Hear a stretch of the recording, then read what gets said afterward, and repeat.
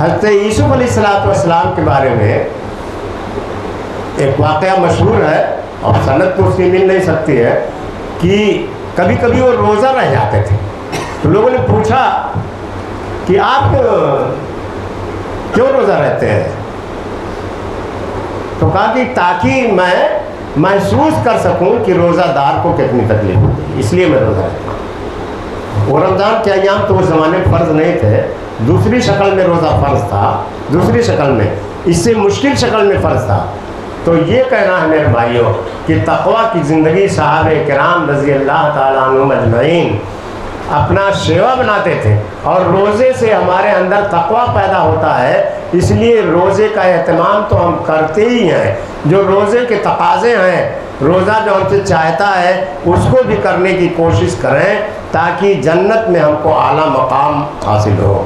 اس لیے کہ ایک مسلمان کی زندگی کا اور ایک مومن کی زندگی کا مقصد یہی ہے کہ اس کو جنت مل جائے.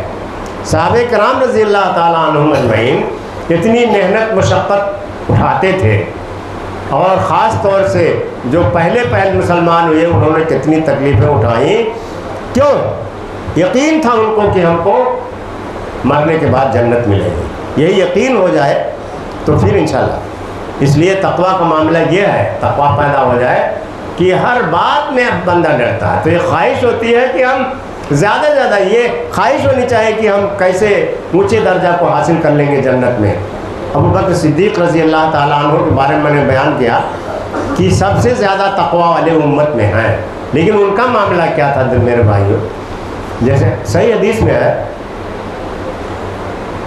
کہ ایک بار ابو بکر صدیق رضی اللہ ہے کہ جو زیادہ روزہ رکھے گا وہ باب الریان سے جائے گا جنت میں، جو زیادہ نماز پڑھے گا وہ باب الصلاۃ سے جائے گا، جو زیادہ صدقہ و خیرات کرے گا وہ باب الصدقہ سے جائے گا. تو حضرت ابو بکر صدیق رضی اللہ تعالیٰ عنہ کی خواہش دیکھیے، یہی ایک مسلمان کی خواہش کہ وہ اتنے نیک اور ان کا مرتبہ اتنا بلند، لیکن ایک بار محمد رسول اللہ صلی اللہ علیہ وسلم سے وہ پوچھتے ہیں کہ اللہ کے رسول، کوئی باب الصدقہ سے جائے گا، کوئی باب الریان سے جائے گا، کوئی باب الصلاۃ سے جائے گا وغیرہ وغیرہ، کیا کوئی ایسا بھی شخص ہوگا جس کو سارے دروازے بلائے کہ یہاں سے آؤ، یہاں سے آؤ، یہاں سے آؤ؟ تو رسول اللہ صلی اللہ علیہ وسلم یہ خواہش ہوتی تھی، یہ جذبہ ہوتا تھا. تو اللہ کے رسول نے جواب دیا کہ ہاں ایسا بھی شخص ہوگا کہ سارے دروازے اس کو بلائیں گے. وَأَرْجُو أَن تَكُونَ مِنْهُمْ، اور مجھے امید ہے کہ آپ انہی لوگوں میں سے، مجھے امید ہے کہ آپ انہی لوگوں میں سے. تو یہ جذبہ ہوتا تھا. اللہ کے رسول نے ایک بات فرمایا، ختم ہو گئے، ٹائم ہو گیا.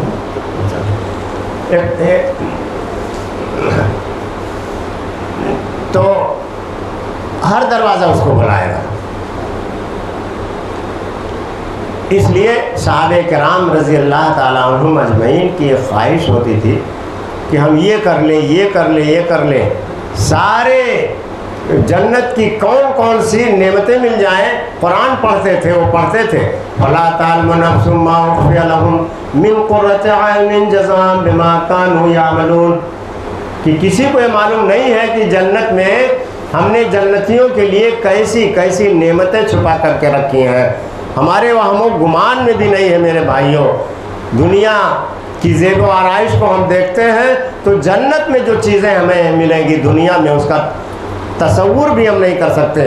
یہی حاصل کرنے کی صحابہ کو خواہش ہوتی تھی کہ اللہ کے رسول ہم کو یہ مل جائے، ہم کو یہ مل جائے، ہم کو یہ مل جائے.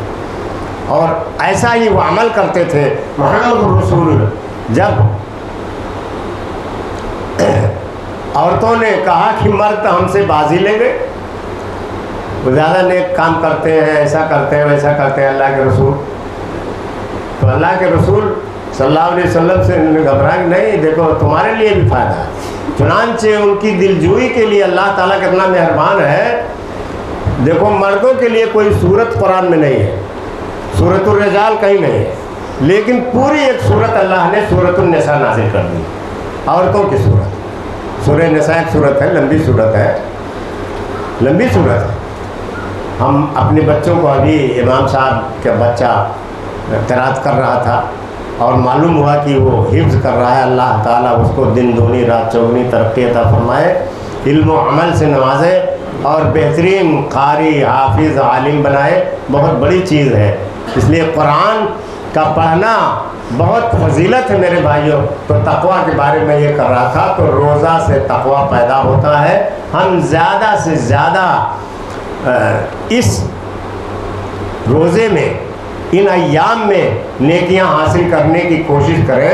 رمضان میں نیکیوں کا ریشیو بڑھ جاتا ہے، اس لیے اور زیادہ ہم کو نیکیاں کرنا چاہیے، جیسا کہ حدیث میں ہے کہ فرض کا برابر 70 فرض کے برابر، سنت کا فرض کے برابر ثواب ہو جاتا ہے، وغیرہ وغیرہ۔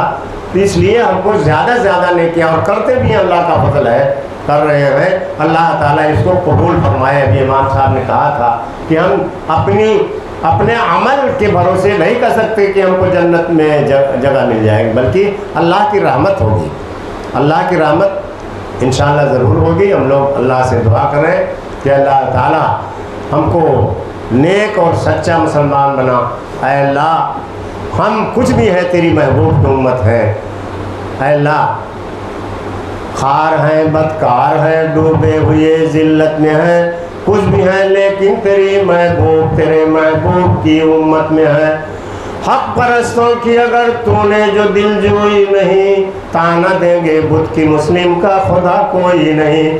اے اللہ، تو ہماری دعاؤں کو سن لے، اور عالم اسلام میں جو پریشانیاں ہیں، پوری دنیا میں جو مسلمان پریشان ہیں روزی کے اعتبار سے اور دوسرے اعتبار سے، ان ساری پریشانیوں کو دور فرما دے۔ اے اللہ تعالیٰ رمضان کی ہماری نیکیوں کو قبول فرما لے۔